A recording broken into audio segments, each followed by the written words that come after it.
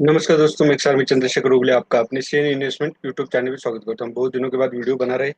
आज हम Nifty bank Nifty Sensex का वीकली एनालिसिस करेंगे, साथ ही गोल्ड का भी हम पोजीशन देखेंगे।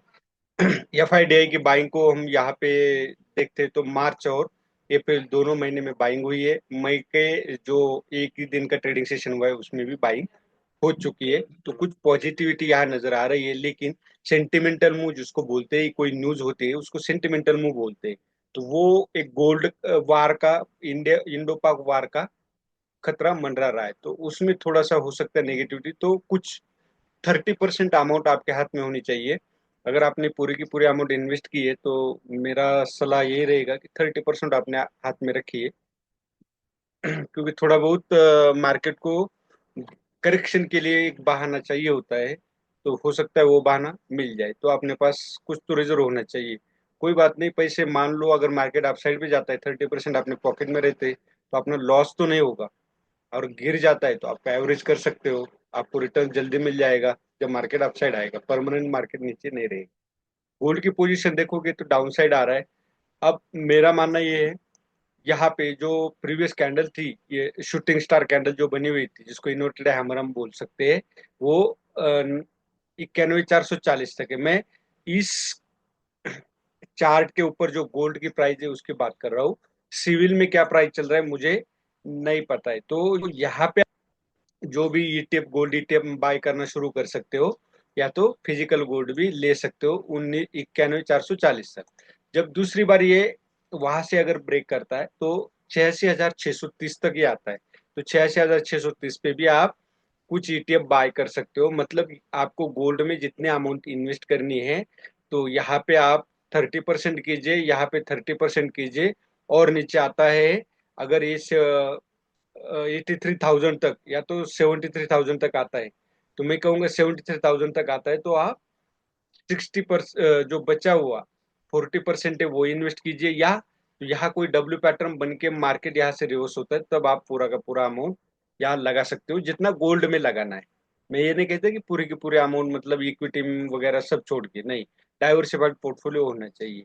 अब निफ्टी का अगर आप यहाँ देखोगे तो वीकली एनालिसिस में, एक मिनट, थोड़ा सा, हाँ, वीकली एनालिसिस में सेंसेक्स सेंसेक्स ने जो हाई लगाया है पिछले वीक का, वो है 81,177।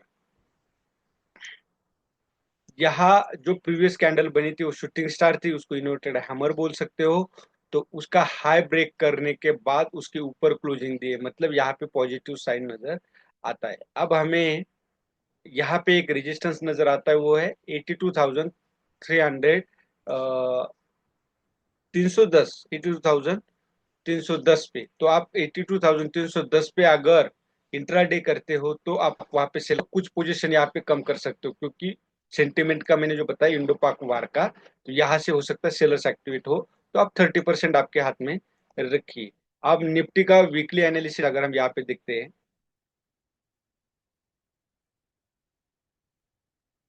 सेम कैंडल सेम पोजीशन यहाँ पे भी बनी हुई है।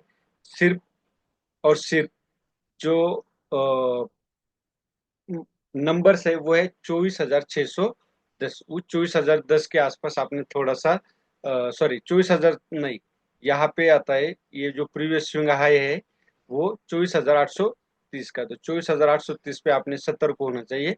कुछ पोजीशन आपने यहाँ पे विड्रॉ करनी चाहिए। यहाँ पे बना था फॉलिंग वेज, और फॉलिंग वेज के बाद आप देख सकते हो मार्केट किस तरह से अपसाइड गया। यहाँ पे जो प्रीवियस स्विंग आए थे, डबल टॉप बनाया था।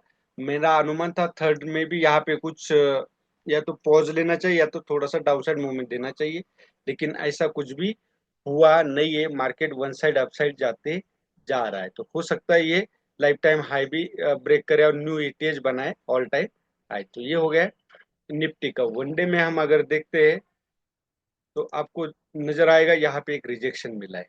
यहाँ पे हमें थोड़ा सा बच के रहना चाहिए, एक रिजेक्शन मिला है। तो हो सकता है यहाँ पे आने के बाद 23,800 के आसपास दोबारा रिटेस्ट करके फिर यहाँ से अपसाइड जा सकता है, क्योंकि यहाँ ऑलरेडी डबल टॉप को ब्रेक कर चुका है। तो रिटेस्ट एक ऑलरेडी हो चुका है। अगर इसके ऊपर मार्केट जाता है 24,582 से, तो आप 24,800 तक। अब 24,800 तक रेजिस्टेंस है, यहाँ इसी तरह मार्केट जाने की मुझे संभावना नजर आती है। तो बहुत ही संभल के करना है, क्योंकि आरएसआई जो है वो प्रीवियस स्विंग हाई, आप देखो यहाँ पे हाई था। मार्केट की जो आरएसआई है, जिसको मार्केट की स्ट्रेंथ बोली, स्ट्रेंथ अपसाइड नहीं गई है। तो इन दोनों को साथ में चलना बेहद जरूरी है। तो जब भी ये,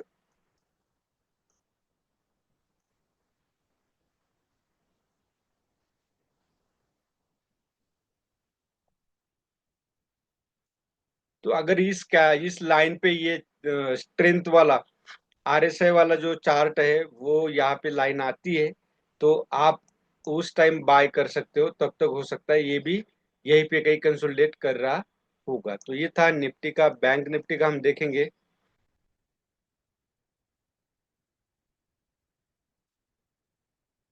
बैंक निफ्टी का यहाँ रिजेक्शन आया हुआ है।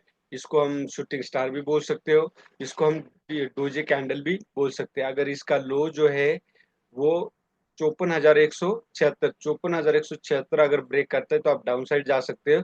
और 56,058, मतलब 56,100 ब्रेक करता है तो आप अप साइड जा सकते हो। क्यों? क्योंकि जहां से रिजेक्शन आया उसके ऊपर एक क्लोजिंग देता है। तो समझ लो कि यहाँ से सेलर्स आउट हो जाएंगे और बायर्स ही बायर्स रहेंगे, और फिर ऊपर जिसको बोलते हैं आसमां खुला है, तो बहुत ही बढ़िया मूवमेंट मिल सकती है। तो ये था बैंक निफ्टी का। अभी वनडे में इसको देखते हैं हम। वनडे में हमें क्या देखने को मिलता है? लोअर हाई लग रहा है। लोअर हाई का मतलब होता है कि डाउन निगेटिव ट्रेंड, लेकिन ये जो है पिनट नजर आता है। पिनट हो या सिमेट्रिकल ट्रायंगल हो या फ्लैग हो, ये होता है, इसको बोलते हैं ट्रेंड कंडीशन। अब आप ये ट्रेंड कंटिन्यूशन का एक पैटर्न बना हुआ है, तो यहाँ से मेरा मानना है अपसाइड ही जाना चाहिए। तो ये था बैंक निफ्टी का। अब 5 मिनट में हम देखेंगे कि हमारा ट्रेंड कहाँ पे बनता था।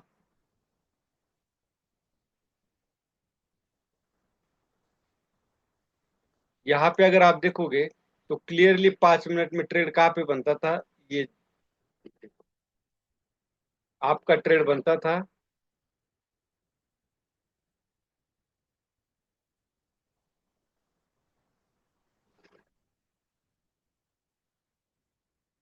बिल्कुल आपके सामने ही दिखाता हूँ।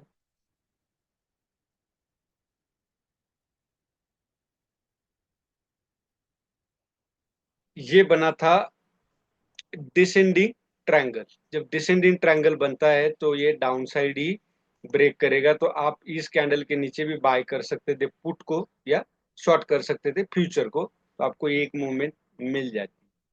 अब यहाँ पे क्या हो रहा है? यहाँ पे बेस बन चुका है।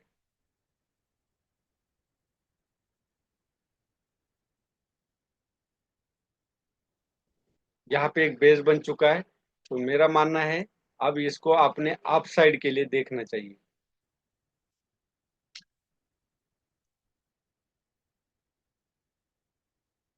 यहाँ पे आपने अपसाइड के लिए देखना चाहिए, क्योंकि यहाँ पे सपोर्ट बन चुका है, तो ये पक्का सपोर्ट हो चुका है। या तो यहाँ पे भी मुझे एक डाउन डिसेंडिंग ट्रायंगल नजर आता है। डिसेंडिंग ट्रायंगल है, सॉरी, ये पहले गलत बोला, ये डिसेंडिंग ट्रायंगल है। तो ये डाउन साइड ब्रेक होना चाहिए। अगर डाउन साइड ब्रेक होता है तो आप डाउन साइड जा सकते हो। कहाँ पे? 54,993 54,990 पे आपने डाउन साइड ट्रेड करना चाहिए।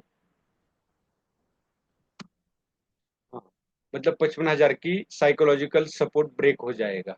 ये था बैंक निफ्टी का। मैंने आपको ये भी समझा दिया कि ट्रेड क्यों बनता था। विदाउट पैटर्न कोई भी ट्रेड नहीं करना है। तो ये था। वीडियो अच्छा लगे तो लाइक शेयर और सब्सक्राइब जरूर कीजिए। धन्यवाद। जय हिंद, जय भारत।